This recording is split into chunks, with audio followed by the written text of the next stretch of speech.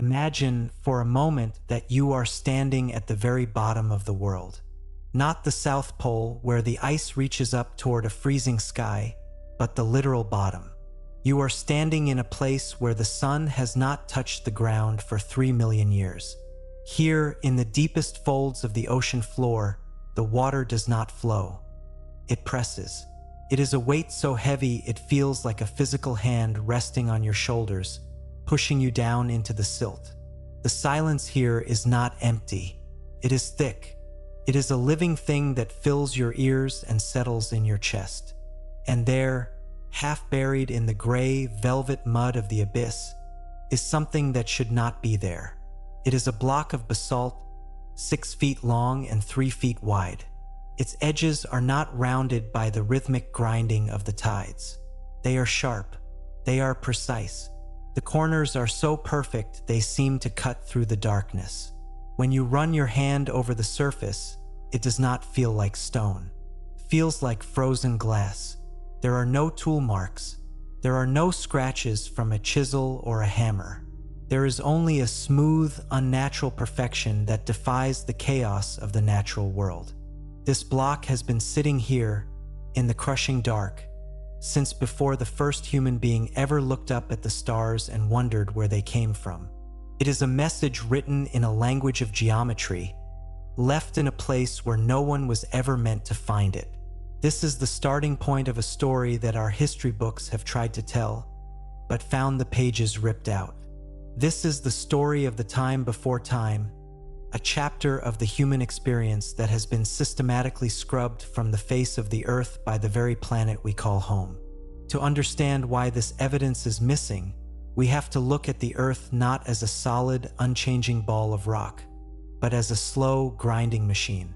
Our planet is a recycler. It is a giant engine that is constantly eating itself. Think of the ground beneath your feet as a giant conveyor belt made of stone. On one end, new land is being born from the heat of volcanoes. On the other end, the old land is being pushed down, deep into the hot belly of the earth, where it melts and disappears forever. This process is slow, moving only an inch or two every year, but over thousands and millions of years, it wipes the slate clean. Entire mountain ranges, once tall and proud, are dragged into the depths. The cities of the past, the monuments of forgotten kings, the very soil where children once played, all of it is eventually pulled into the fire and turned back into liquid rock. The earth does not want to remember, it wants to renew.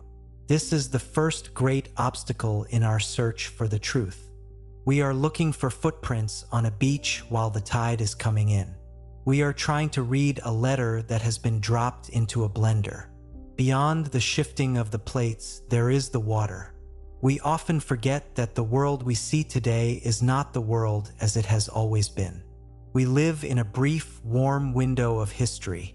Not so long ago, the great blue oceans were much lower than they are now. Imagine the maps, you know. Imagine the coastlines of Florida, the islands of Indonesia, the frozen edges of the North Sea. Now, imagine the water dropping by 400 feet. Suddenly, vast plains of fertile green land emerge from the waves. Land bridges appear where there was once only sea. This was the world during the last great ice age. For nearly 100,000 years, the best parts of the planet, the lush river valleys, the temperate coastal plains were high and dry. This is where people would have lived. They would have built their homes near the water, just as we do today. They would have traded along the shores and fished in the shallows. But then the world began to warm. The great sheets of ice, miles thick, began to weep. The water did not rise slowly and politely, came in great, thundering pulses. It swallowed the valleys, turned the plains into seabeds. In the span of a few generations, the heart of human civilization was buried under hundreds of feet of salt water and silt. The evidence of our greatest ancestors is not lost in the clouds or hidden in the woods. It is sitting in the dark, covered by the weight of the sea, slowly being dissolved by the salt and hidden by the shifting sands. We are a species with amnesia because the place where we grew up is now the bottom of the ocean. Deep in the heart of the Andes Mountains, there is a place where the air is thin and the wind sounds like a low, constant moan. Here, at an altitude where most trees refuse to grow, lies a site known as the High Altiplano.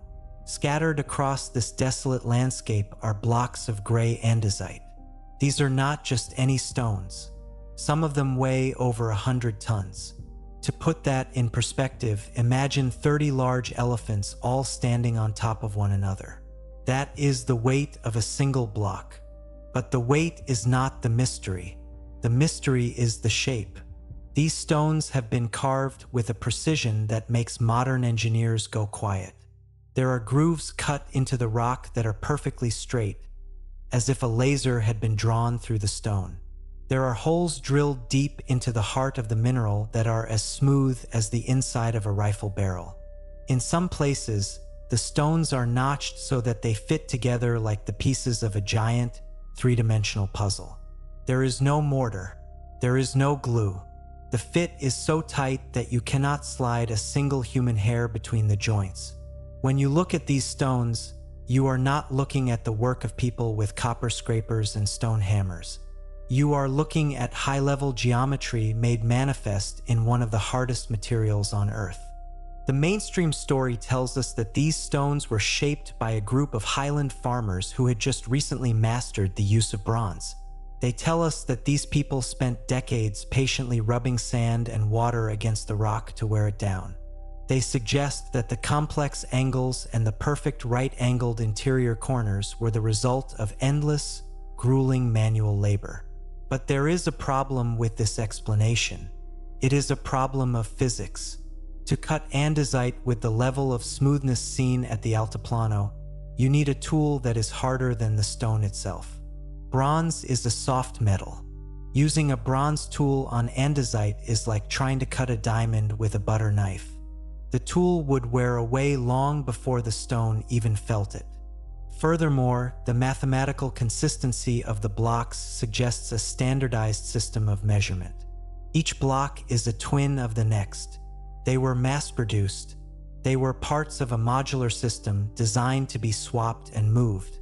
This is not the behavior of a primitive culture experimenting with stone for the first time. This is the behavior of a civilization that had already mastered the art of industrial construction. If we look closer at the surfaces of these blocks, we find something even more troubling for the standard timeline. Under a microscope, the interior of the drill holes shows a very specific pattern. It is a spiral groove that moves down into the rock at a constant rate. In modern drilling, this is what happens when a bit is forced into a material with great pressure and high speed.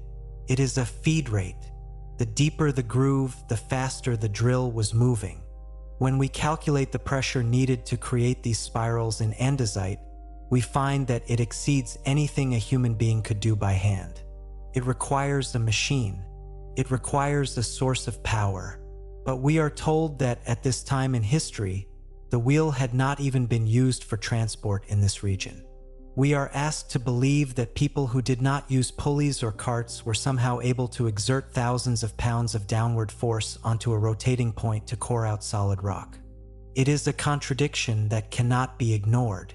The stones are there. We can touch them. We can measure them. And they tell us, in their silent, heavy way, that the hands that shaped them were using a technology that we are told did not exist for another 5,000 years. Now, let's travel across the world to the shifting sands of the Great Desert. In a remote corner of the Sahara, there is a formation that the locals call the Eye of the Sands. From the ground, it looks like a series of low, circular ridges. But from space, it is a perfect bullseye, a massive series of concentric rings carved into the earth. For a long time, it was thought to be an impact crater from a meteorite. But there is no shattered rock, no sign of the immense heat that follows a strike from the stars. Then, the geologists said it was a natural dome that had simply eroded over time. But there is an anomaly here that nature has a hard time explaining. Scattered around the edges of this eye are fragments of glass. This is not the kind of glass you find in a window. It is Libyan desert glass, a beautiful pale yellow-green material that is nearly pure silica. It is found in a region where there is no volcanic activity. To turn sand into glass, you need temperatures that exceed 3,000 degrees Fahrenheit. You need a heat so intense that the very ground turns to liquid and then freezes into a transparent solid. The common explanation is that a comet or a meteor exploded in the atmosphere, sending a blast of heat down to the surface, much like a giant blowtorch. And while this is possible, it doesn't explain why the glass is often found in shaped forms. There are pieces of this glass that have been found in the tombs of the very first pharaohs, carved into the shape of sacred beetles. But the glass itself is much, much older than the pharaohs. It dates back to a time when the Sahara was not a desert. In that distant era, the Sahara was a lush, green paradise. It was a land of flowing rivers, deep lakes, and vast grasslands filled with elephants and giraffes. We know this because we have found the bones of hippos in the middle of the sand dunes. We have found ancient rock art showing people swimming in places that are now the driest spots on Earth. In this green Sahara, there was a window of time where a civilization could have thrived, sheltered by the mountains and fed by the great river that once flowed through the center of the continent. But the eye holds a darker secret. When we look at the layout of the rings and the way the water once flowed around them, it matches a very specific description left to us by the ancient Greeks. They spoke of a capital city built in concentric circles of land and water. They spoke of a place with red, black, and white stone, all of which are found in abundance at the eye of the sands. They spoke of a sudden cataclysm, a day and a night of fire and rain that caused the earth to swallow the city whole. Most people dismiss this as a myth, a fable meant to teach a moral lesson. But myths are often the shadows of real events. If a high civilization had existed in the Green Sahara, and if that civilization had been centered around the eye, a sudden shift in the Earth's crust or a massive flood would have wiped it out in an instant. The soft silt would have been washed away, the buildings would have been crushed, and the rising heat of the desert would have buried the rest under hundreds of feet of shifting dunes. The yellow glass remains as a silent witness, a remnant of an event so hot and so violent that it turned the very earth into jewels. To find the next piece of the puzzle, we have to go where the air is cold and the ground is always damp. In the northern reaches of the world, hidden in the dense forests and atop the rugged hills of Scotland and Ireland, there are the ruins of what are called the vitrified forts. These are massive stone walls, some of them several meters thick, that once surrounded ancient hilltops. At first glance, they look like ordinary dry stone walls. But when you look closer, you see something terrifying. The stones are not just stacked, they are fused. They have been melted together into a single solid mass of glass and blackened rock. To melt granite, you need to reach temperatures above 2,000 degrees. You need to maintain that heat for a long time. This isn't what happens in a normal fire. If you attacked a fort with wooden torches and straw, the stone might crack, but it would never melt. Even a massive forest fire wouldn't have the intensity to turn a stone wall into a river of glass. The mainstream theory suggests that these walls were vitrified on purpose. The idea is that the ancient builders realized that melting the stone would make the walls stronger. But this doesn't hold up under scrutiny. When you melt stone, it becomes brittle, cracks. It makes for a much weaker wall than if you simply stacked the blocks. No engineer would choose to do this. Furthermore, the heat required to melt these walls is so immense that it would have required thousands of tons of wood to be stacked against the walls and burned for days. It would have been an industrial-scale undertaking, requiring a level of fuel and organization that seems impossible for small, warring tribes. The other explanation is that these forts were destroyed by an enemy. But what kind of enemy has a weapon that can turn a stone fortress into glass? We are left with a mystery that points toward a forgotten conflict, a time when the world was shaped by forces we no longer understand. As we look at these three sites, the precision stones of the Andes, the glass fields of the Sahara, and the melted forts of the north, a pattern begins to emerge. It is a pattern of high energy and advanced knowledge, followed by a total violent erasure. It is as if someone has been playing a game of chess on the surface of the earth, and every few thousand years, someone else comes along and sweeps the pieces onto the floor. This is what geologists call a catastrophe cycle. We like to think that the history of the Earth is a long, smooth line of progress, moving slowly from the primitive to the modern. But the rocks tell a different story.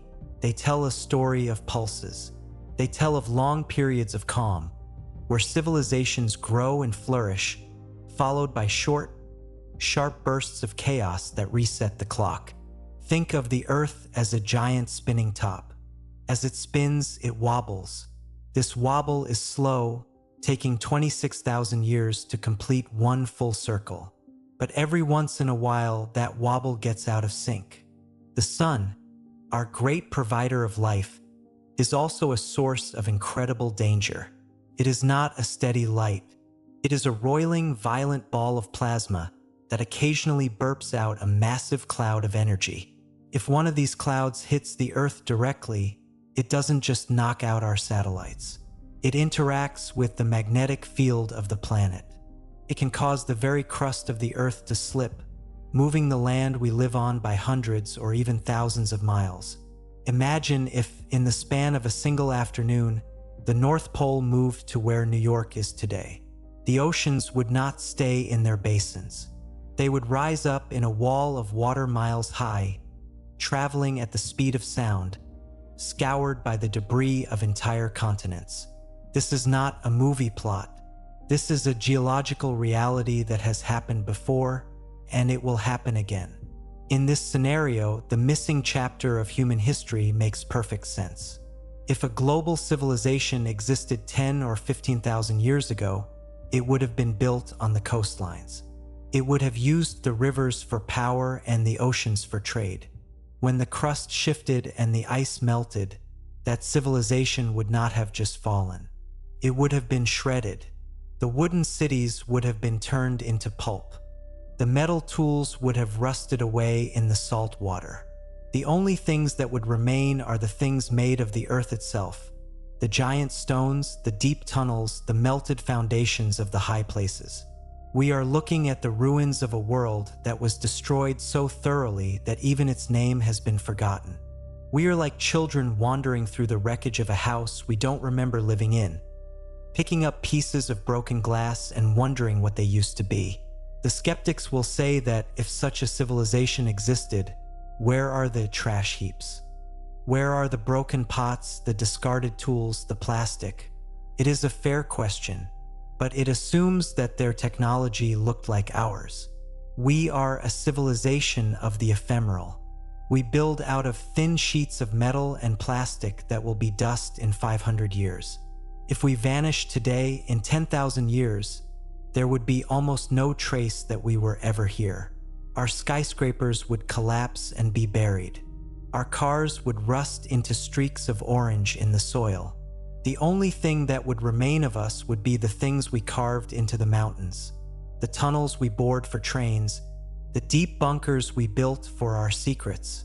Perhaps the missing civilization was smarter than us. Perhaps they didn't use plastic. Perhaps they understood that the only way to leave a message for the future was to write it in the language of the stars and the weight of the stone. The more we look, the more we find that the primitive people of our past were obsessed with the movements of the heavens. From the plains of England to the jungles of Southeast Asia, there are thousands of ancient sites that are perfectly aligned with the rising of the sun on the longest day of the year, or the position of the stars as they were 10,000 years ago. Why would a hunter-gatherer care about the precession of the equinoxes? Why would someone struggling to find their next meal spend decades moving 50-ton stones to track a star that only moves 1 degree every 72 years? You don't do that unless you are trying to keep track of something very important. You don't build a clock unless you are afraid of running out of time. These sites are not just temples. They are warnings. They are markers left by the survivors of the last Great Reset. They were built to tell us that the world is not as stable as it seems. They were built to show us that the stars in the sky are the gears of a great machine, and that when those gears reach a certain point, the earth begins to shake. We have been taught to look at these ruins as the first clumsy steps of a young species. But what if they are actually the last desperate signals of an old one? What if we are not the pinnacle of human achievement, but merely the latest crop of seeds to grow in a garden that has been harvested many times before? This realization changes everything about how we see ourselves. It moves us from a position of arrogance to one of humility. We are not the masters of the earth. We are its guests. We live in the quiet moments between the storms. The missing chapter of our history is not just a curiosity for archaeologists. It is a mirror. It shows us that progress is not guaranteed. It shows us that a civilization can reach incredible heights, mastering the stone, the sea, and the stars, and still be wiped away as if it were nothing. It reminds us that the ground we walk on is a graveyard of giants, and that the silence of the stone is the only voice they have left. When we look at the precision-cut blocks in the Andes, we shouldn't just wonder how they did it. We should wonder why they felt they had to. Why build something that can last for 10,000 years? You only do that if you know that everything else is going to fall. You only do that if you want to make sure that someone, somewhere down the line, knows that you were here. They were talking to us. Across the gulf of the Great Flood, across the thousands of years of ice and fire, they were trying to send a message. They were saying, "We were like you. We had dreams. We had music. We had the power to move mountains. And yet, the earth reclaimed us. Do not forget what happened. Do not trust the stability of the horizon." As we move forward into our own future, we are beginning to see the cracks in our own stability. We are seeing the weather change, the seas rise, and the ground begin to shift. We are starting to realize that our modern world is just as fragile as the one that came before. We are once again building cities on the coastlines. We are once again relying on a steady sun and a calm earth. We are repeating the same patterns, walking the same paths, and ignoring the same warnings. The stones are still there, waiting for us to listen. They are sitting in the high places and the deep places, enduring the wind and the salt, waiting for a generation that is brave enough to read the missing pages of the Book of Time. The story of the forgotten earth is not a story of death. It is a story of resilience. It is the story of a spark that refuses to go out. Every time the world resets, we find a way to start over. We crawl out of the caves, we look at the ruins of our ancestors, and we begin to build again. We may forget our names, we may forget our language, but we never forget the feeling of looking up at the night sky and knowing that we belong to something much older and much larger than ourselves. The missing chapter is not a void. It is a foundation. It is the solid rock upon which our current world is built, whether we recognize it or not. So, the next time you find yourself near the ocean or standing in the shadow of a mountain, take a moment to feel the weight of the earth beneath your feet. Think of the miles of sediment, the layers of crushed stone, and the vast, dark secrets that lie beneath the waves. Remember that you are part of a long, unbroken chain of life that has survived the unthinkable. We are the inheritors of a legacy we are only just beginning to understand. We are the children of the silent stone. And if we are quiet enough, if we listen to the wind in the canyons and the hum of the deep sea, we might just hear the echoes of the world that came before. We might just catch a glimpse of the faces of those who stood exactly where we are standing 10,000 years ago, watching the same sun set over a world they thought would last forever. This journey into our past is not over. In fact, it is only just beginning. Every year, new technology allows us to see through the jungle canopy and peer beneath the seafloor. We are finding new cities, new monuments, and new anomalies that refuse to fit the old story. The map of our history is being redrawn one stone at a time, and as we fill in the blanks, we find that the truth is much more incredible than any myth we could have imagined. We are finding that we are not the first, and we likely will not be the last. But for now, we have the light. We have the chance to look back and learn. We have the opportunity to honor the memory of those who were lost to the silence. If you have found yourself drawn into this story, if you feel the pull of the deep time and the mystery of the missing chapters, then you are already part of the search. You are one of the ones who is looking for the truth in the shadows. The Forgotten Earth is not just a name for a channel. It is a description of the world we live in. It is a place of endless secrets, waiting for the curious to find them. We invite you to stay with us, to keep your eyes on the horizon and your mind open to the impossible. The stones are speaking. All we have to do is listen. There are more sights to explore. There are more paradoxes to solve. There are voices in the desert and signals in the ice that are waiting for their turn to be heard. We will continue this deep dive into the darkness, bringing the light of inquiry to the places where history has been erased. We will look at the maps that shouldn't exist, the metals that shouldn't be pure, and the bones that shouldn't be there. The story of the Forgotten Earth is the story of us. It is the greatest mystery ever told, and the ending has yet to be written. Until then, remember to look up, remember to wonder, and most importantly, remember that even when the world forgets, the stone remembers. The silence is not an end. It is an invitation. Come with us as we continue to peel back the layers of the past, seeking the truth of who we were, so that we can finally understand who we are. The journey continues, and the Earth is waiting to tell its tale.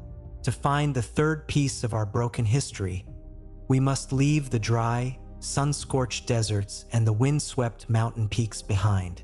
We must travel to a place where the light of the sun begins to fail, filtered through layers of salt and currents. Off the coast of a small, emerald green island in the far west of the Pacific, the ocean hides a secret that challenges everything we know about the capabilities of our ancestors. Beneath the waves, where the warm Kuroshio current sweeps past the island of Yonaguni, lies a structure so massive and so geometric that it seems to defy the very laws of natural erosion. It is a sprawling complex of terraces, platforms, and sheer vertical walls that descends into the blue gloom. Imagine a giant staircase, carved from the side of a submerged mountain, with steps that are taller than a man and platforms as flat as a tabletop. The water here is clear, but it is heavy with the weight of thousands of years. As you drift over the edge of a 90-degree drop, you are struck by the impossible precision of the lines. There is no jagged chaos here, no random piles of boulders that you would expect from a collapsed cliff. Instead, there is a deliberate, rhythmic order. The facts of this site are as cold and unyielding as the sandstone from which it is made. The structure sits roughly 80 feet below the surface. It is over 500 feet long and nearly 130 feet wide. It is composed of a single, massive block of rock that has been modified into a series of interconnected levels. There are narrow walkways that wrap around the corners. There are twin pillars that stand like sentinels at the entrance to a central plaza. And most strikingly, there is a formation that looks like a giant, stylized turtle, its shell carved with the same sharp, clean edges found throughout the rest of the site. The material is a hard, layered sandstone, a stone that can be split along its natural bedding planes, but which rarely, if ever, breaks in perfect right-angled corners across its entire mass. When you swim through the main gate, a narrow passage between two towering slabs of stone, you can feel the pressure of the ocean pushing against the history we have been taught to believe. The The paradox of Yonaguni lies in the timing. To see this structure as it was meant to be seen, high and dry, standing above the waves, you have to go back in time. You have to travel back at least 10,000 years to the end of the last great ice age. At that time, the sea levels were hundreds of feet lower than they are today. The island of Yonaguni was not an island at all, but a high ridge on a vast land bridge that connected Japan to the mainland of Asia. According to the mainstream timeline, 10,000 years ago, the people living in this region were simple hunter-gatherers. They lived in small, nomadic bands. They used tools made of bone and wood. They did not build cities. They did not carve monoliths. They did not possess the social organization or the engineering knowledge required to move millions of tons of rock or to sculpt the side of a mountain into a ceremonial complex. If Yonaguni is a man-made structure, it means that a sophisticated culture was active in the Pacific at a time when we are told humanity was still struggling to master the basics of agriculture. The skeptical view is simple and, at first glance, logical. Geologists point out that sandstone is a sedimentary rock that naturally fractures along straight lines. They argue that the powerful currents of the Pacific, combined with the rhythmic pounding of the waves during the thousands of years when the site was at the water's edge, created these shapes through a process of natural stress relief and erosion. They suggest that what we see as steps are merely layers of rock that have broken away, and what we see as walkways are just natural fissures. To the skeptic, Yonaguni is a lusus naturae, a freak of nature, a coincidence of geology that happens to look like architecture because our human brains are hardwired to look for patterns in the chaos. They claim that because there are no tool marks, no scratches from a chisel, no holes from a drill, the structure must be natural. But the rebuttal to this explanation is found in the details that nature cannot produce. While it is true that sandstone can fracture in straight lines, nature almost never creates symmetry on such a massive scale.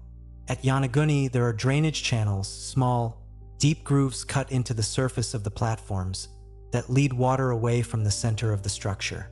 These channels do not follow the natural slope of the rock. They were designed. There are holes carved into the stone, 2 feet deep and perfectly circular, that look as though they were meant to hold wooden posts. Most tellingly, there are internal corners that are cut at 90-degree angles into the solid bedrock. In nature, erosion rounds corners. It softens edges. It follows the path of least resistance. To create an internal 90-degree corner inside a mountain of sandstone requires the removal of material in a way that wave action simply cannot achieve. Furthermore, the structure is not isolated. Surveys of the surrounding seabed have revealed similar formations, a stadium-like area, a series of smaller shrines, and what appears to be a paved road. When you look at the complex as a whole, the natural explanation begins to feel more like a desperate attempt to ignore a truth that would force us to rewrite every textbook on the shelf. The mathematics of the site also tell a story of intent. The platforms are leveled with a precision that suggests an understanding of the horizon. The steps are uniform in height, designed for a human gait. And the entire structure is oriented in a way that suggests it may have served as a giant astronomical marker, a way to track the movements of the sun during a time when the world was changing. If this was a natural formation, we would expect to see similar structures all along the coast of Japan, where the same sandstone and the same currents exist. But we don't. Yonaguni stands alone. It is a singular anomaly, a monument built by a people who saw the rising water coming and chose to leave their mark on the very foundation of the earth, perhaps hoping that one day, when the tides receded or the technology returned, we would find it and remember who they were. Leaving the silence of the Pacific, we must now move to the opposite side of the world, to a place where the history is buried not under water, but under the very soil of our civilizations. We travel to the Anatolian Plateau, a high, rugged land in the heart of what is now Turkey. Here, the earth is made of soft, volcanic rock called tuff. It is a material that is easy to carve but hardens when exposed to the air. For centuries, the people of this region have lived in caves and built stone houses. But beneath their feet lies a secret of such immense proportions that it challenges our understanding of human survival. This is the fourth piece of our puzzle: the massive, multi-leveled underground cities that stretch deep into the dark. The most famous of these is a place called the Deep Well. When you step into the entrance, a small, unassuming hole in the ground hidden beneath a modern house, you are not just entering a basement. You are entering a subterranean metropolis that descends 18 stories into the earth. The statistics of this place are staggering. It is a network of tunnels, rooms, halls, and staircases that could have housed as many as 20,000 people. There are ventilation shafts that reach down hundreds of feet, providing a constant flow of fresh air even to the lowest levels. There are wells for water, stalls for livestock, communal kitchens with massive hearths, and even schools and chapels. The entire city could be sealed off from the inside using giant, circular stone doors, massive wheels of rock weighing several tons that could be rolled into place to block the tunnels. These doors can only be moved from the inside, suggesting that the people who built this city were not just living underground. They were hiding. The paradox of the Deep Well and its neighboring cities is one of logistics and timing. The mainstream theory suggests that these cities were built in the 7th or 8th centuries by Christians fleeing from invaders. It is a convenient explanation, and it is certainly true that those people used the tunnels. But when you look at the sheer scale of the construction, the theory begins to crumble. To build a city like the Deep Well, you would have to remove nearly 4 million tons of solid rock. Where did that rock go? There are no massive mounds of debris on the surface. There are no hills of excavated tuff. It is as if the rock simply vanished. Furthermore, the level of engineering required to maintain the structural integrity of 18 stories of tunnels, without the use of modern supports or sensors, is far beyond the capabilities of a small group of refugees working in secret. The ventilation system alone is a masterpiece of fluid dynamics, designed to draw cool air down and push warm air out, keeping the city at a constant, comfortable temperature year-round. The skeptical view argues that because we find Christian symbols and Byzantine pottery in the upper levels, the entire city must date to that era. They suggest that the digging was a slow, generational process, with each group adding a few rooms here and there. They claim that the inhabitants simply scattered the excavated rock across the fields, where it eventually blended in with the soil. But this ignores the architectural unity of the lower, deeper levels. As you go further down, the tunnels become more precise. The ventilation shafts are perfectly straight, cut with a mathematical accuracy that would be difficult to achieve even today with hand tools. There are sections of the city that seem designed for a much larger, more organized purpose than simple refuge. The rebuttal to the mainstream timeline comes from the very nature of the stone itself. Tuff is a soft rock, but it is also fragile. If you dig a hole in tuff, the marks of your tools will remain for thousands of years. In the Deep Well, the tool marks in the lowest levels are different from those in the upper levels. They are finer, more consistent, suggesting the use of standardized equipment. But more importantly, we have to ask why anyone would go to this much trouble. Living underground is a desperate act. It is a response to a threat so great that the surface of the earth becomes uninhabitable. If these cities were built merely to hide from passing armies, why go 18 stories deep? Why build for 20,000 people? A marauding army would eventually move on. You don't build a permanent, subterranean civilization to hide from a group of soldiers on horseback. You build it to hide from something else.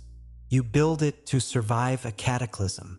When we look at the dating of the organic material found in the deepest parts of these tunnels, we find clues that push the origin of the city back much further than the Byzantine era. Some researchers believe the first levels were carved during the time of the Hittites, or even earlier, perhaps 12,000 years ago. This aligns with the end of the last ice age, the same period when the sea levels rose and swallowed Yonaguni. At that time, the world was a place of violent change. The sky would have been filled with ash from erupting volcanoes. The temperatures would have swung wildly between freezing cold and searing heat. The surface of the Earth would have been scoured by solar storms and pelted by debris from the disintegrating ice sheets. In such a world, the only safe place would be underground. These cities were not just hideouts. They were lifeboats. They were bunkers built by a civilization that understood the cycles of the Earth and knew that the only way to ensure the survival of the human race was to retreat into the stone. As we connect these four investigations, the precision stones of the Andes, the glass fields of the Sahara, the submerged monoliths of the Pacific, and the underground cities of Anatolia, the outlines of a lost world begin to emerge. It is a world that was global in its reach. It was a world that shared a common language of geometry and engineering. It was a world that was intimately tuned to the movements of the stars and the rhythms of the planet. And most importantly, it was a world that knew it was coming to an end. This leads us to the unifying theory, the missing chapter that explains why our history feels like a book with the first half ripped out. The unifying theory is the concept of the Great Reset. For a long time, we have believed that the transition from the Ice Age to the modern era was a slow, gradual process. We were taught that the ice melted over thousands of years, and that humanity slowly transitioned from hunting to farming in a peaceful, upward climb. But the evidence suggests something much more violent. Around 12,800 years ago, the Earth was hit by a series of massive shocks.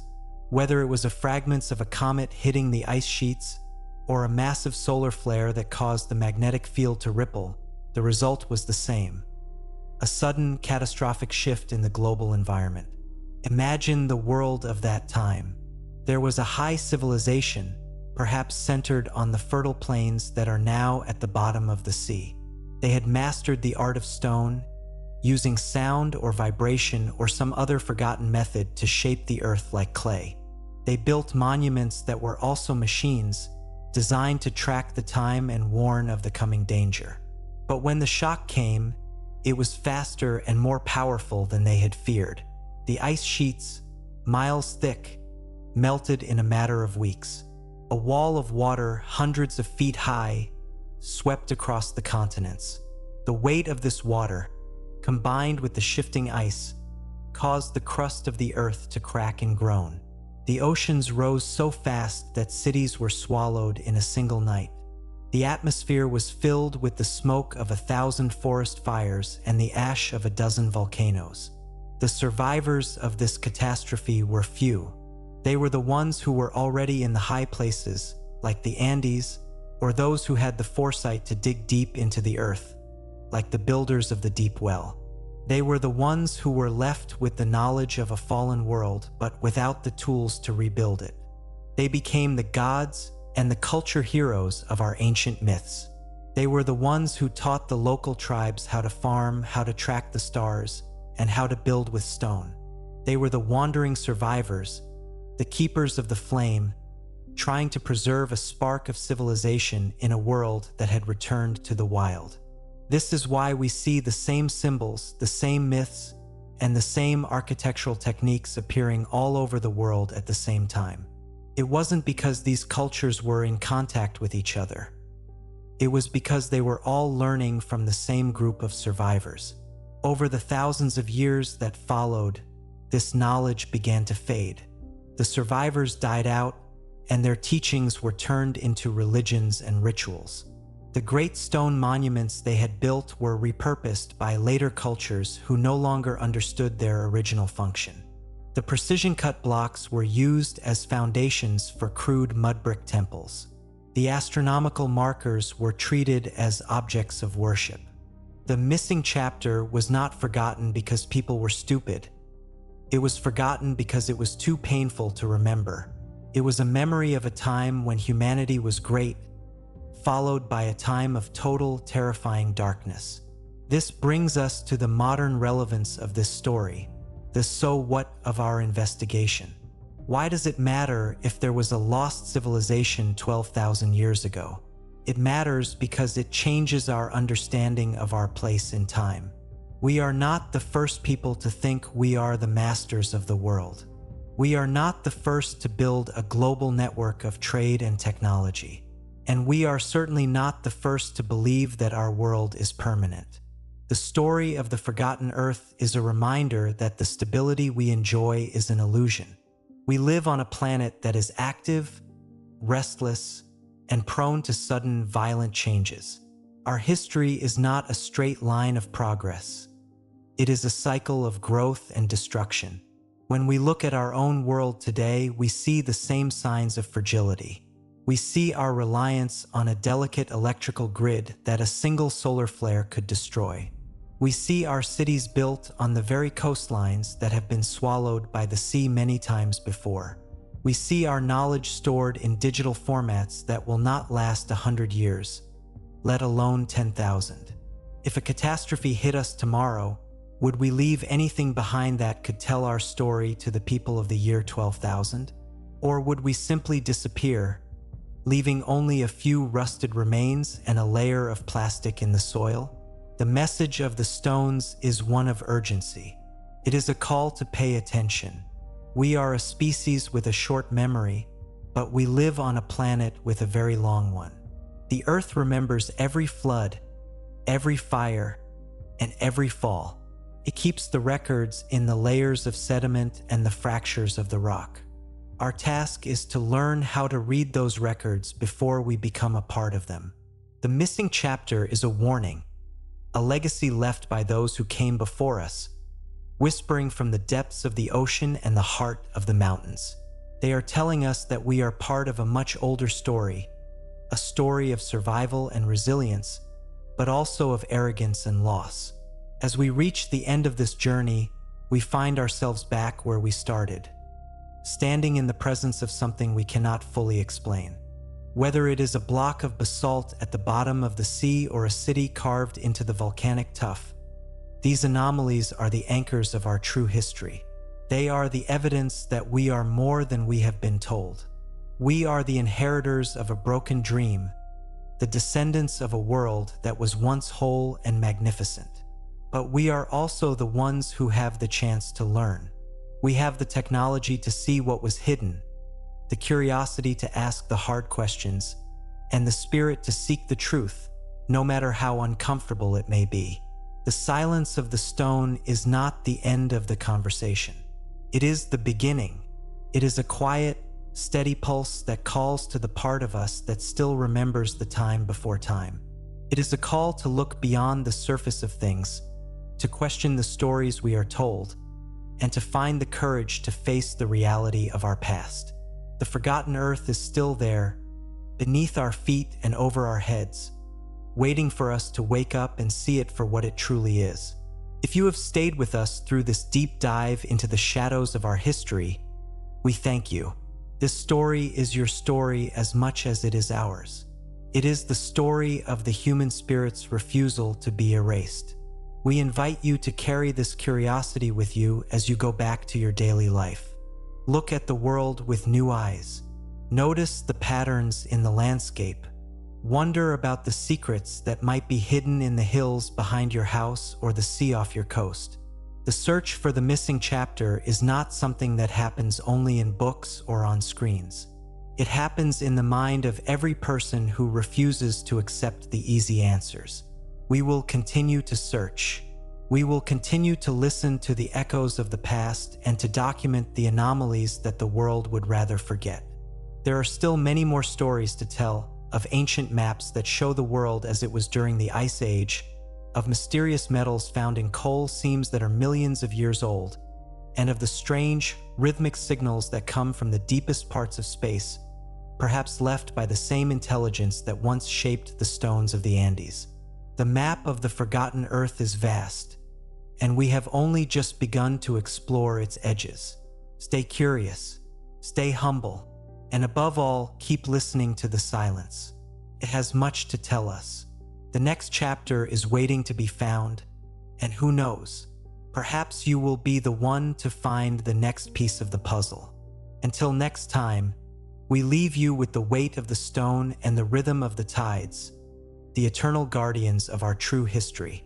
This is the Forgotten Earth, and our story is only just beginning. To find the fifth piece of this global mystery, we must travel to the golden sands of the Giza Plateau. But we are not here to look at the pyramids. We are here to look at something much older, something that has been staring at the rising sun for longer than our history books are willing to admit. We are here to stand before the Great Sphinx. From a distance, it is a majestic monument of a lion with a human head. But as you walk down into the enclosure, into the hollowed-out bedrock where the statue sits, the texture of the stone begins to tell a different story. The walls of this enclosure are not smooth. They are deeply scarred. There are long, vertical fissures that run down the limestone, undulating like waves or the ribs of a giant beast.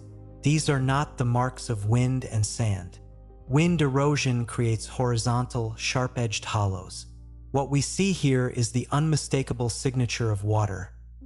Not just a little water, but thousands of years of heavy, cascading rainfall.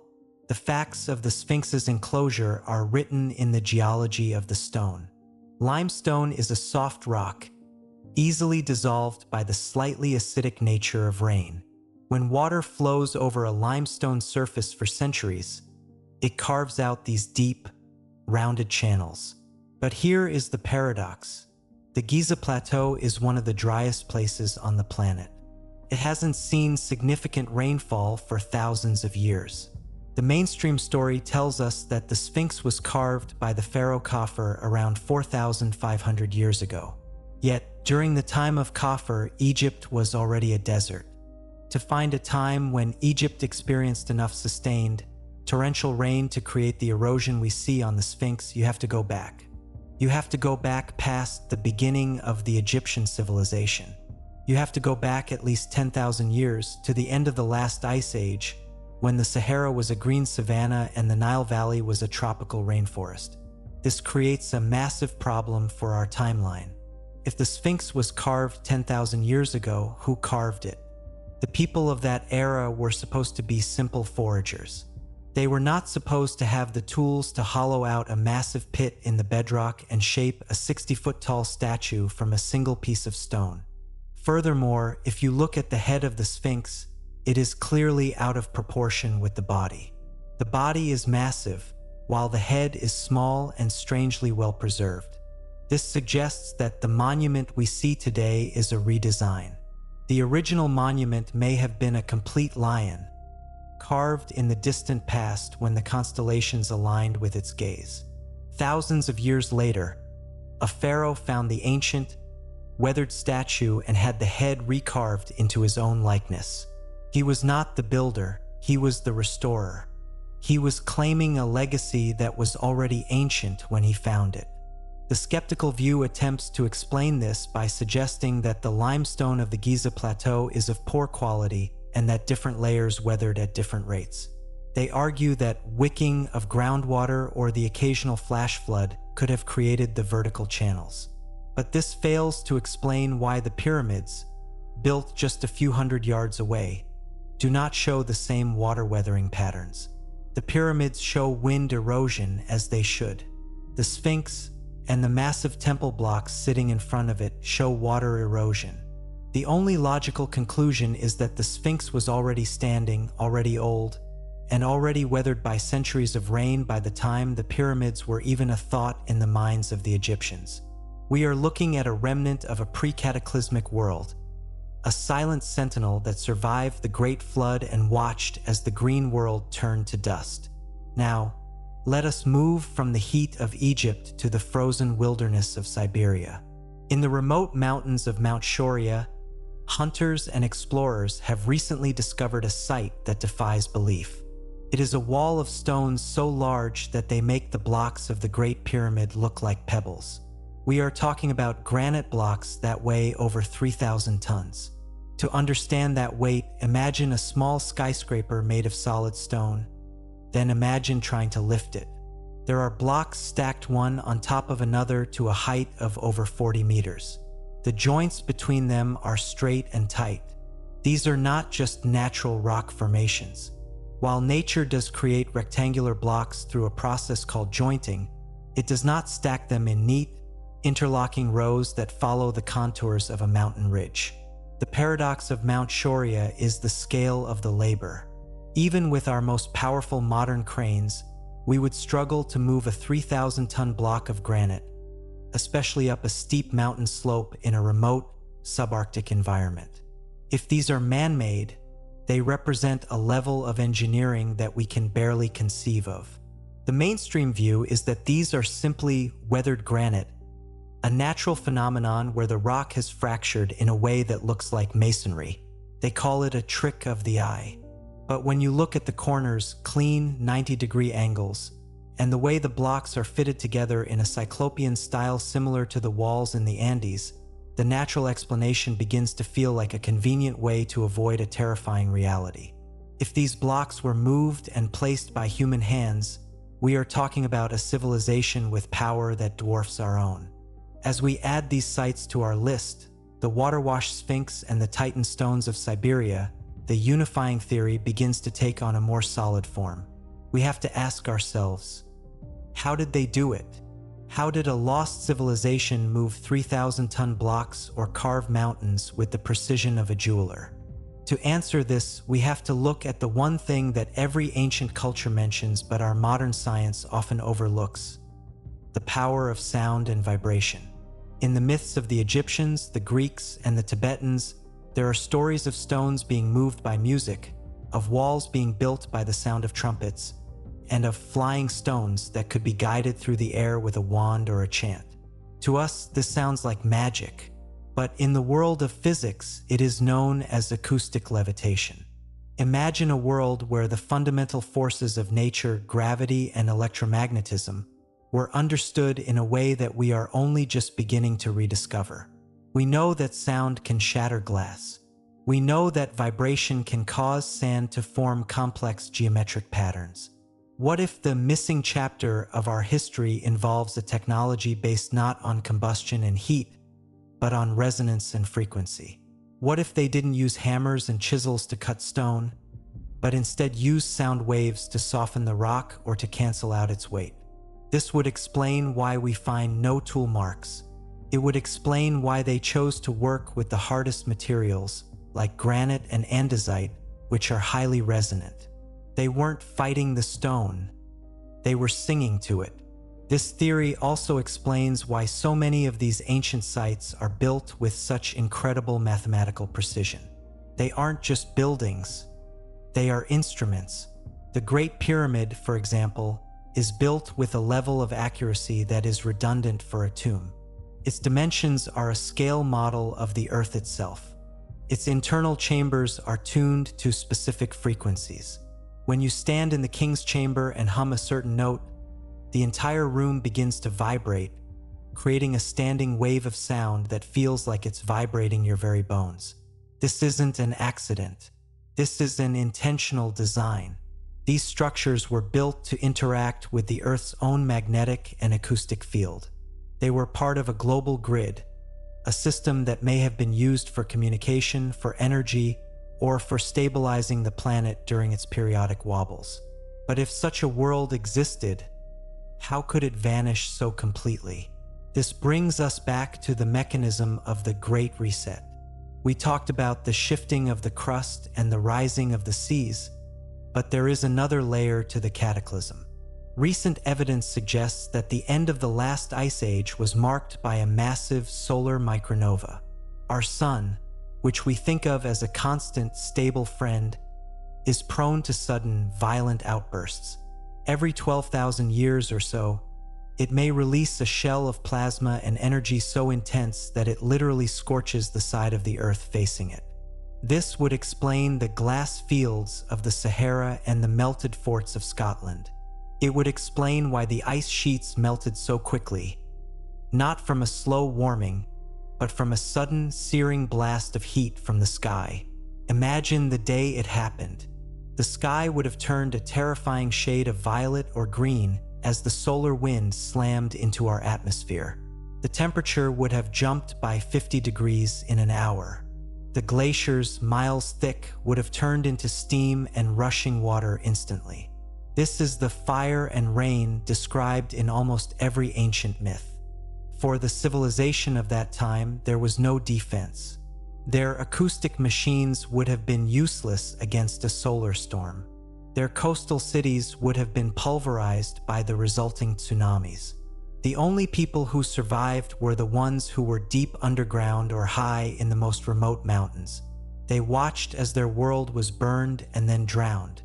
They were the ones who were left to pick up the pieces, to tell the stories, and to build the markers that would warn us of the cycle's return. This cycle of the sun is the key to understanding why our history is missing.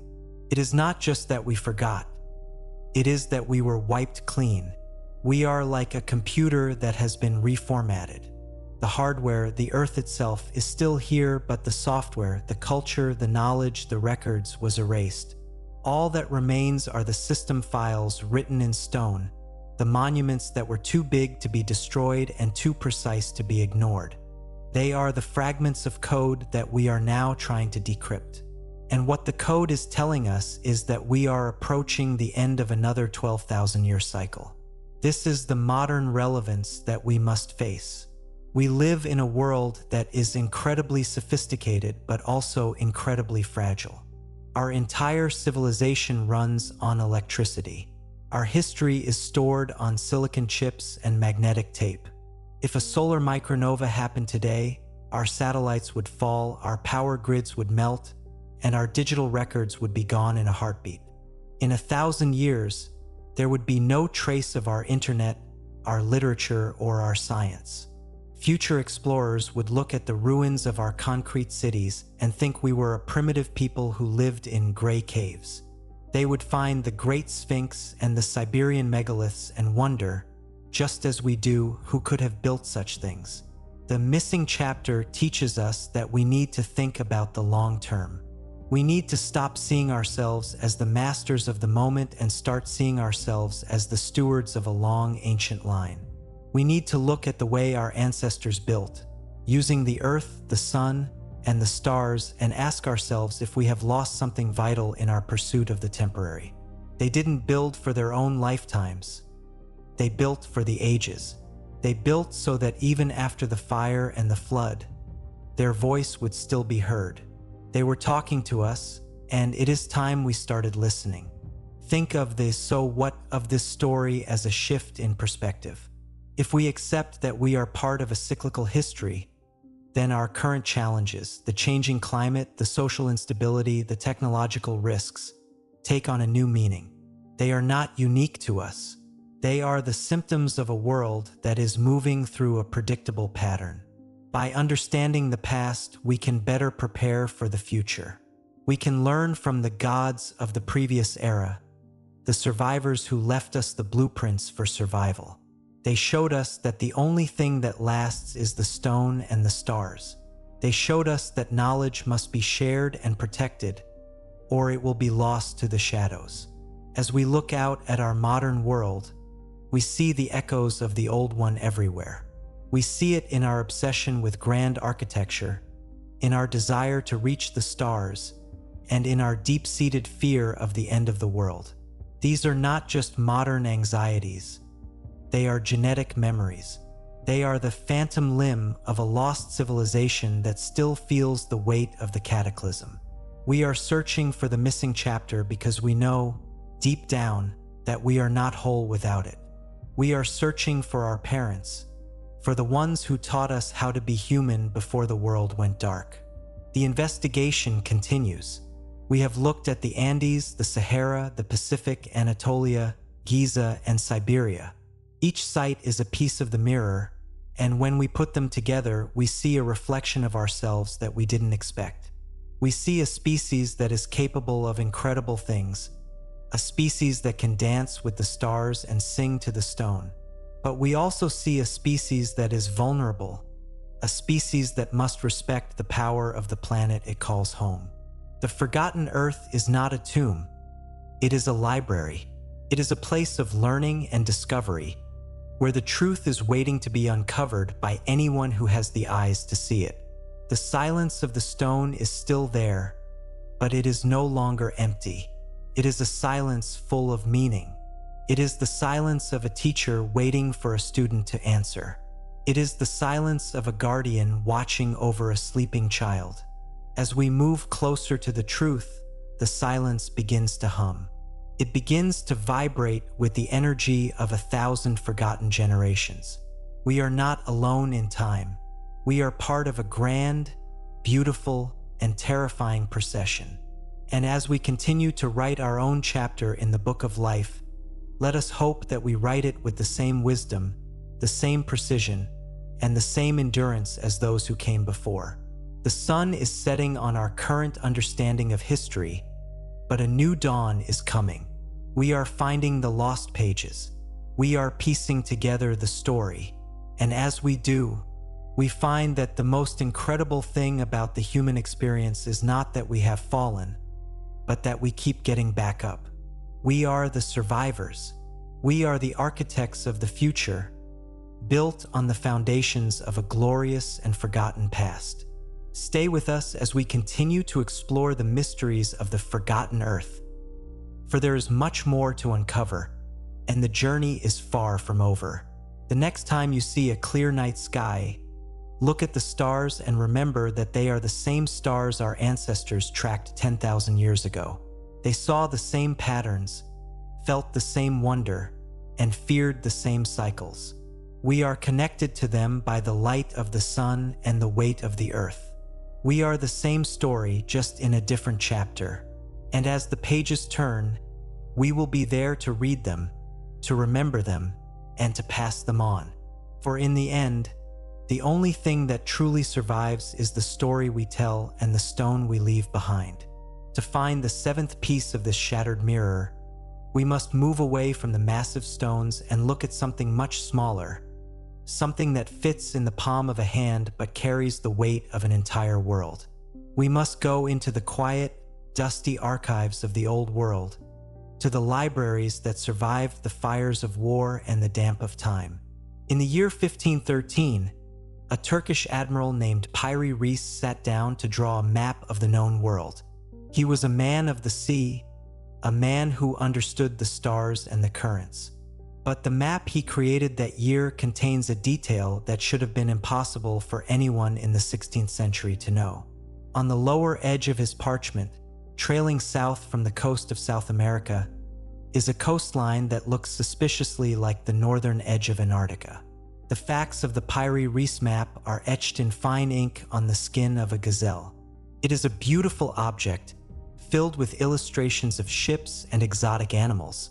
But it is the geography that creates the paradox. The map shows the coastline of the southern continent as it appears beneath the ice. It shows bays, mountain ranges, and river valleys that were not discovered by modern explorers until the 19th century. More importantly, these features were not mapped in detail until the 1950s, when we used seismic sounding equipment to look through the miles of frozen water and see the solid ground below. Piri Reis himself was honest about his sources. He wrote in the margins that he did not sail to these places himself. He said he compiled his map from ancient source maps, some of which he claimed dated back to the time of Alexander the Great, and some even older. The paradox is a matter of time and ice. We are told that Antarctica has been covered in a thick, permanent ice sheet for at least 15 million years. We are told that no human being could have seen that coastline without the ice.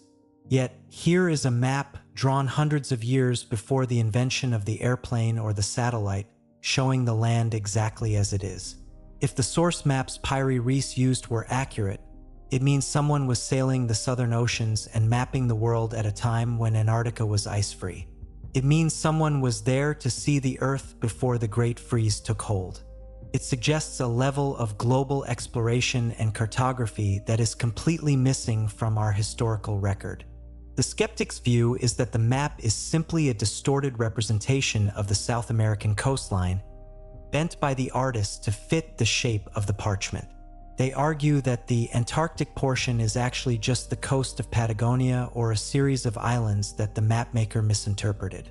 They say that the similarities to the subglacial topography are nothing more than a coincidence, a lucky guess by a man who was trying to fill the empty space at the bottom of the world.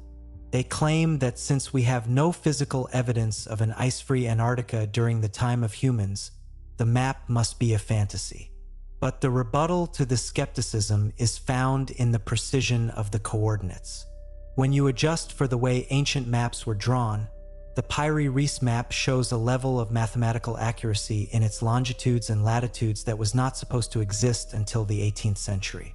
It shows the correct distance between the coast of Africa and the coast of South America, a feat that requires a highly accurate clock, a chronometer, which hadn't been invented yet. To map a coastline that is now under a mile of ice requires not just a boat, but a system of measurement that can account for the curve of the Earth.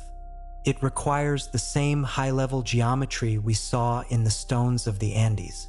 It suggests that the source maps Piri-Reis spoke of were the remnants of a global survey conducted by a civilization that viewed the Earth from a perspective we have only recently regained.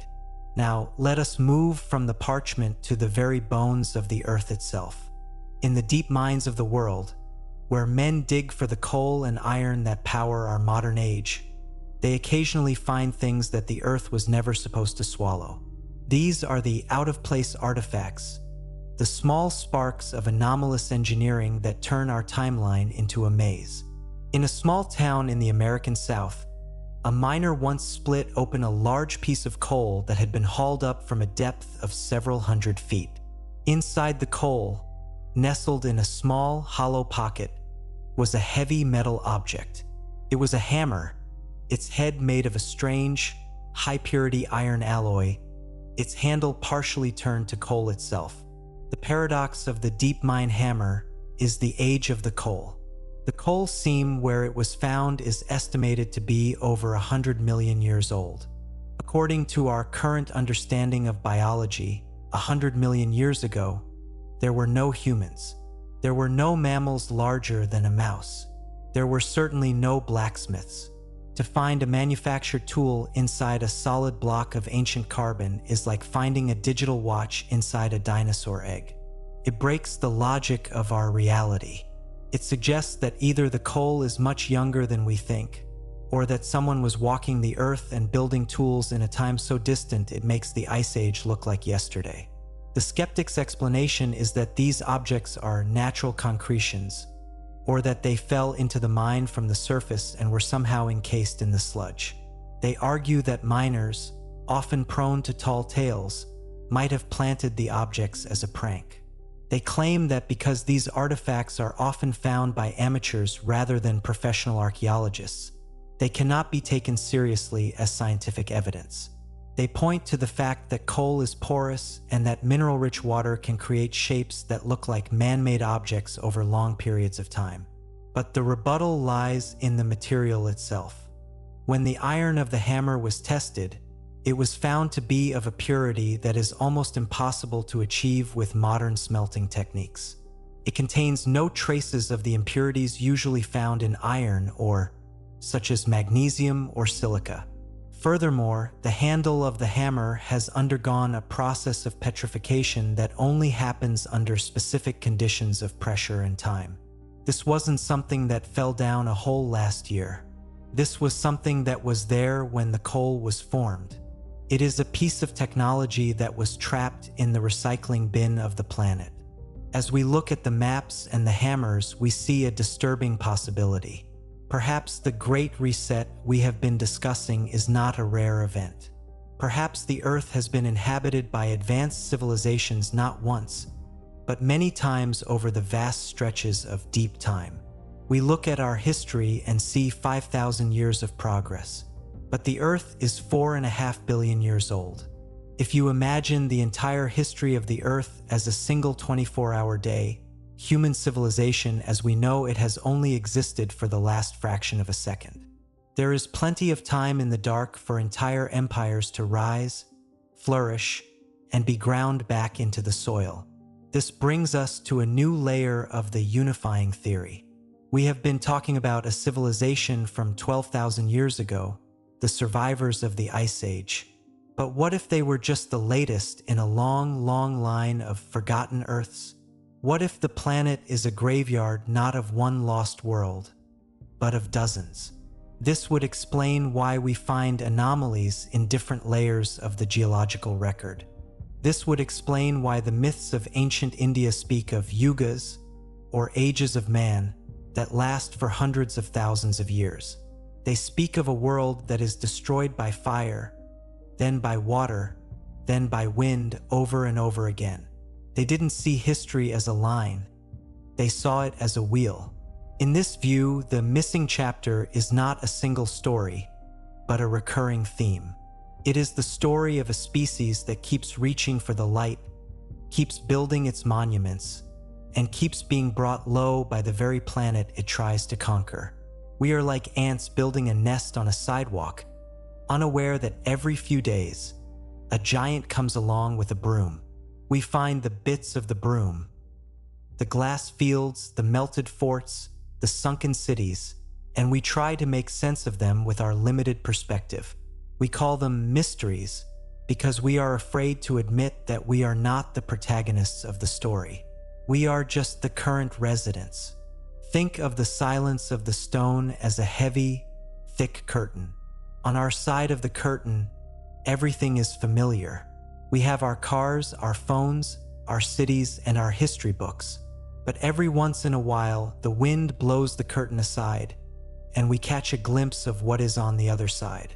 We see a map of an ice-free world. We see a 100-ton block of stone cut with a laser-like precision. We see a metal hammer in a seam of coal. These are the things that don't fit. They are the glitches in our reality that prove the reality is much larger than we have been told. The so what of this realization is profound. It tells us that we are a species with a destiny that is tied to the rhythms of the earth in a way we have ignored. We have treated the planet as a stage, a backdrop for our human drama. But the planet is the main character. It is a living, breathing, recycling machine that doesn't care about our borders or our beliefs. If we want to survive longer than the civilizations that came before us, we have to stop fighting the cycles and start understanding them. We have to learn how to read the system files of the Earth before the next reformat begins. We are currently living in a period of relative calm, a long summer that has allowed us to build our modern world. But the shadows are lengthening. The signs of the next shift are all around us. The weakening magnetic field, the shifting of the poles, the increasing instability of our sun. We are approaching the point on the wheel where the previous civilizations fell. The missing chapter is no longer a story of the past. It is a preview of the future. By studying the ruins of the Andes or the tunnels of Anatolia, we are looking at our own potential tomorrow. We are looking at the lifeboats that worked and the monuments that endured. The investigation into the forgotten Earth is an act of survival. It is an attempt to gather the scattered pieces of our heritage before they are lost again. Every time we find a new anomaly, every time we challenge the mainstream story, we are adding a word back into the book of human experience. We are refusing to be a species with amnesia. We are choosing to remember, even if the memory is heavy, even if the memory is terrifying. The stones are not just silent witnesses. They are our teachers. They are telling us that the only way forward is to look back. The next piece of our puzzle takes us to a place where the earth meets the sky in a way that is both beautiful and haunting. We travel to the heart of the North American continent, to the vast open plains that were once the bed of an ancient inland sea. Here, scattered across the landscape, are the Great Mounds, massive earthen structures shaped like serpents, birds, and pyramids. For a long time, we were told these were just burial places for simple tribal people. But when you look at them from above, you see that they are part of a massive, coordinated system of geometry and astronomy. The facts of the mounds are hidden in the soil, Some of them are thousands of feet long. They are built with different types of earth, clay, sand, and gravel, layered in a way that prevents erosion and manages drainage. This is high-level soil engineering. But the real mystery is their alignment. Many of these mounds are perfectly synchronized with the moon's 18-year cycle. To build a monument that tracks the moon over nearly 2 decades requires a culture that has been observing the sky for centuries. It requires a system of records, a language of mathematics, and a long-term vision. The paradox is that the people who lived here, according to the standard story, did not have a written language. They did not have the wheel. They did not have metal tools. How did they move millions of tons of earth and place it with such precision that it matches the movements of the heavens? How did they coordinate this work across thousands of miles of wilderness? The mainstream view is that it was a labor of religious devotion, a slow process of building that took place over many generations. But this doesn't explain the sophisticated engineering or the global symbols that we see reflected in the earth. The Serpent Mound of Ohio, for example, is a perfect representation of an eclipse, a symbol that appears in the ancient art of cultures on the other side of the planet. The rebuttal to the simple tribe theory is the sheer scale of the vision. You don't build a 1,000-foot serpent that tracks the moon unless you are part of a civilization that understands the cosmic order. You don't layer soil with the precision of a modern engineer unless you have a tradition of knowledge that has been passed down for millennia. These mounds are the earth-based versions of the stone monuments of the Andes and Egypt. They were built using the material at hand, but the operating system behind them was the same. They were markers. They were a way of anchoring the human story to the earth, a way of saying we were here and we knew the stars. As we look at these earthen monuments, we realize that the missing chapter isn't just about stone and metal. It's about a way of being. It's about a civilization that saw no separation between themselves and the planet, between the earth and the sky. They didn't build in spite of nature. They built in harmony with it.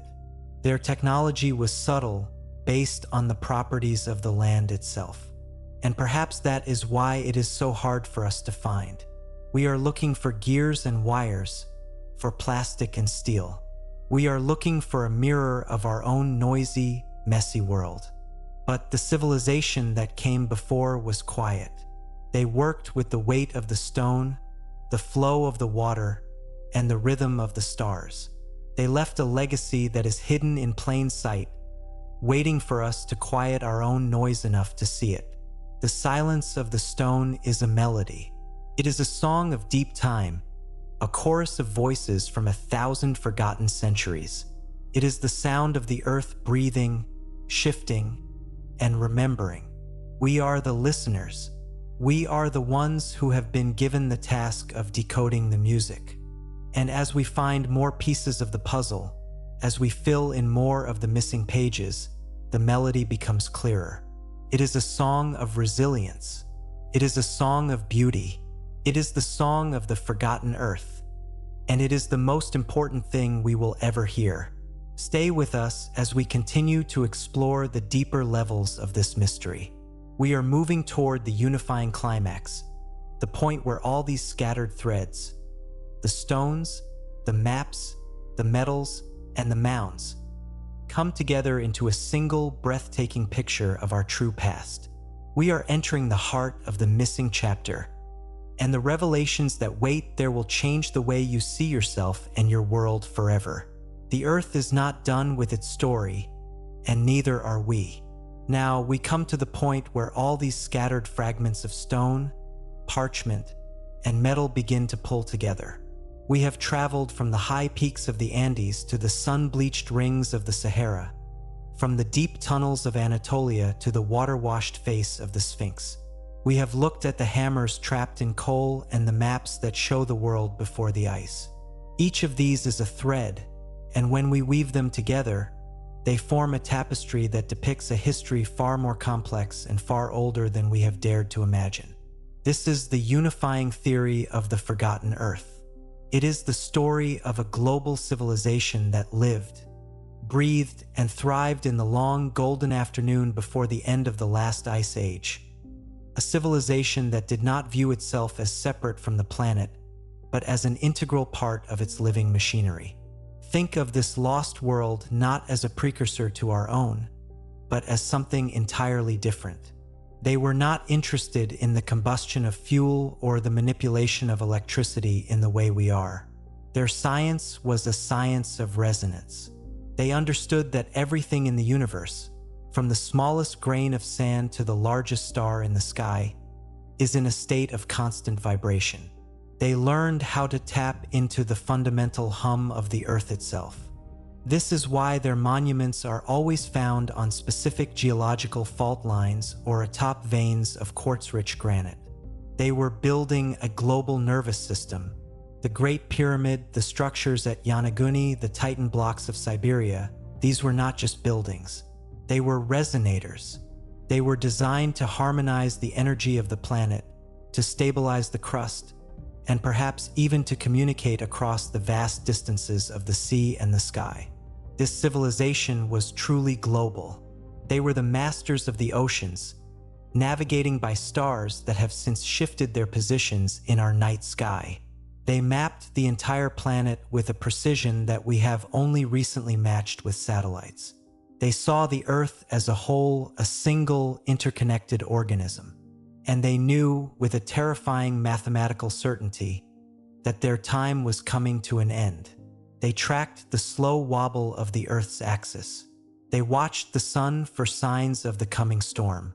They saw the Great Reset approaching, and they spent their final centuries not in despair, but in a monumental effort to preserve what they knew.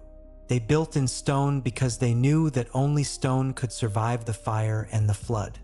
They carved their knowledge into the very bedrock of the world, hoping that we, their distant amnesiac children, would one day find the keys to unlock it. Imagine the final days of that world. The sky did not change all at once. It began with a subtle shift in the light, a deepening of the blues and a sharpening of the shadows.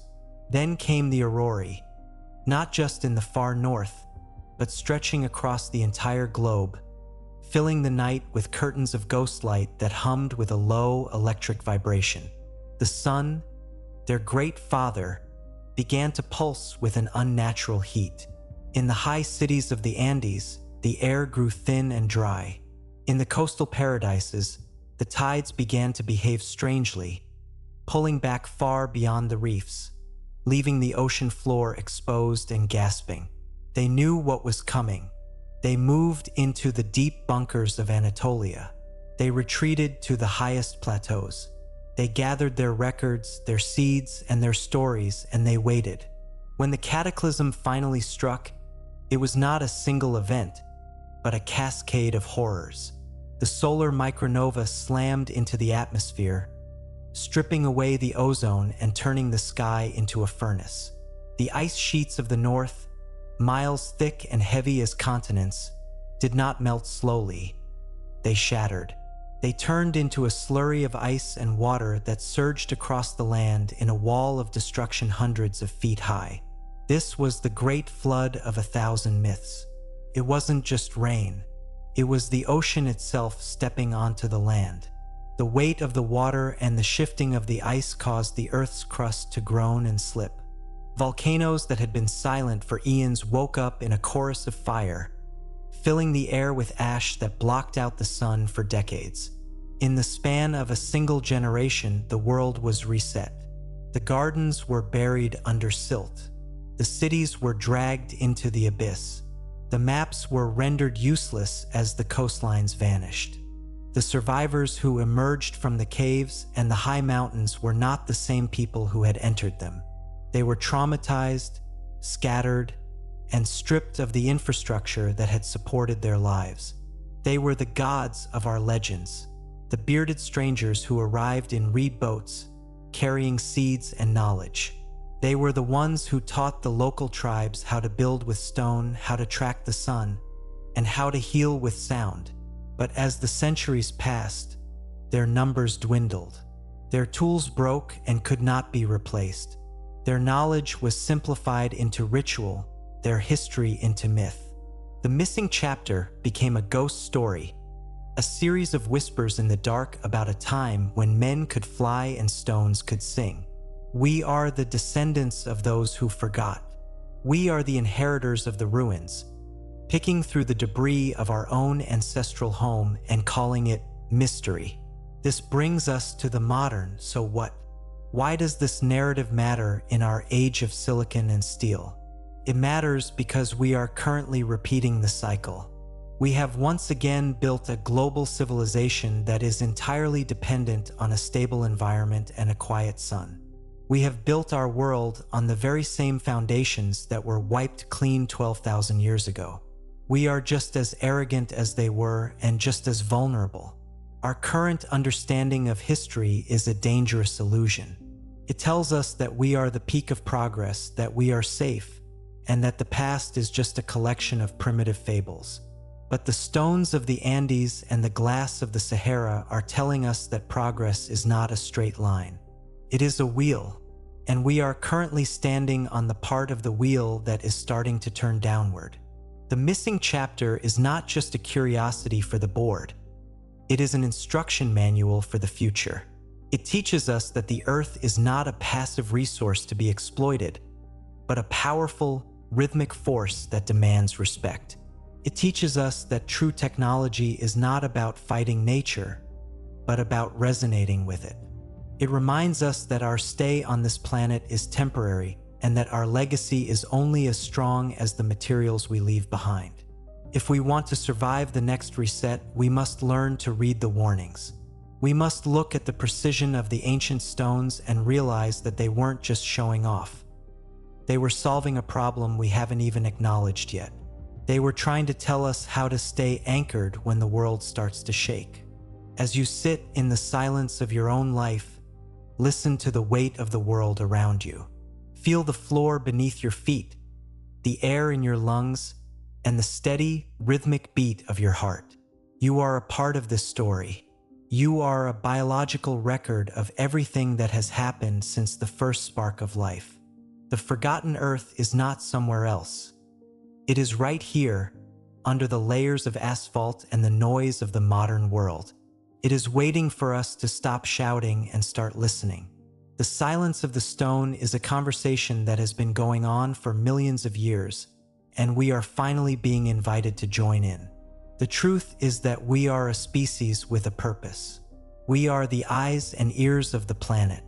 We are the ones who can look at the stars and understand the patterns. But we have lost our way. We have traded our deep connection to the Earth for a fleeting digital comfort. The anomalies we have explored are the alarm clocks of history, ringing in the dark, trying to wake us up before it's too late. They are the evidence that we are capable of greatness, that we have reached the stars before, and that we can do it again if we are humble enough to learn from those who came before. The story of the human race is not a short, 5,000-year sprint. It is an epic, multi-million-year odyssey, and we are just beginning the latest chapter. The search for the truth is an act of love. It is a refusal to let the voices of the past be silenced by the dust of time. Every time we look at the Sphinx and see the marks of the rain, every time we touch a megalith and feel the resonance of the granite, we are reconnecting with our lost family. We are saying, "We see you, we remember," and in that act of remembering, we find our own strength. We find the courage to face the cycles of the earth with our eyes open and our minds clear. We are the survivors. We are the architects. We are the storytellers. As we conclude this long journey through the shadows of our history, let the atmosphere of the mystery stay with you. Let the texture of the stone and the cold of the sea linger in your mind. The forgotten earth is a vast, beautiful, and sometimes terrifying place, but it is our home. And it is a home that is full of secrets. We have only scratched the surface. There are still cities hidden under the ice of Antarctica, still temples buried under the sands of the Gobi, and still messages written in the geometry of the stars that we have yet to decode. The map of our true history is still being drawn, and every one of us has a part to play in its creation. If you have found a sense of flow in this narrative, if you have felt the pull of the deep time and the mystery of the missing pages, then stay curious. Keep looking for the things that don't fit. Keep questioning the stories that feel too simple. The world is much larger, much older, and much more wonderful than we have been led to believe. The stones are still there. The stars are still watching, and the earth is still waiting for us to remember who we really are. We invite you to remain a part of this investigation. Look into the shadows of the hills, listen to the echoes of the canyons, and pay attention to the silence. The next discovery is just beneath the surface, waiting for a hand to reach out and touch it. We will be here, continuing to document the anomalies, to trace the patterns, and to tell the story of the world that was lost and the world that is to come.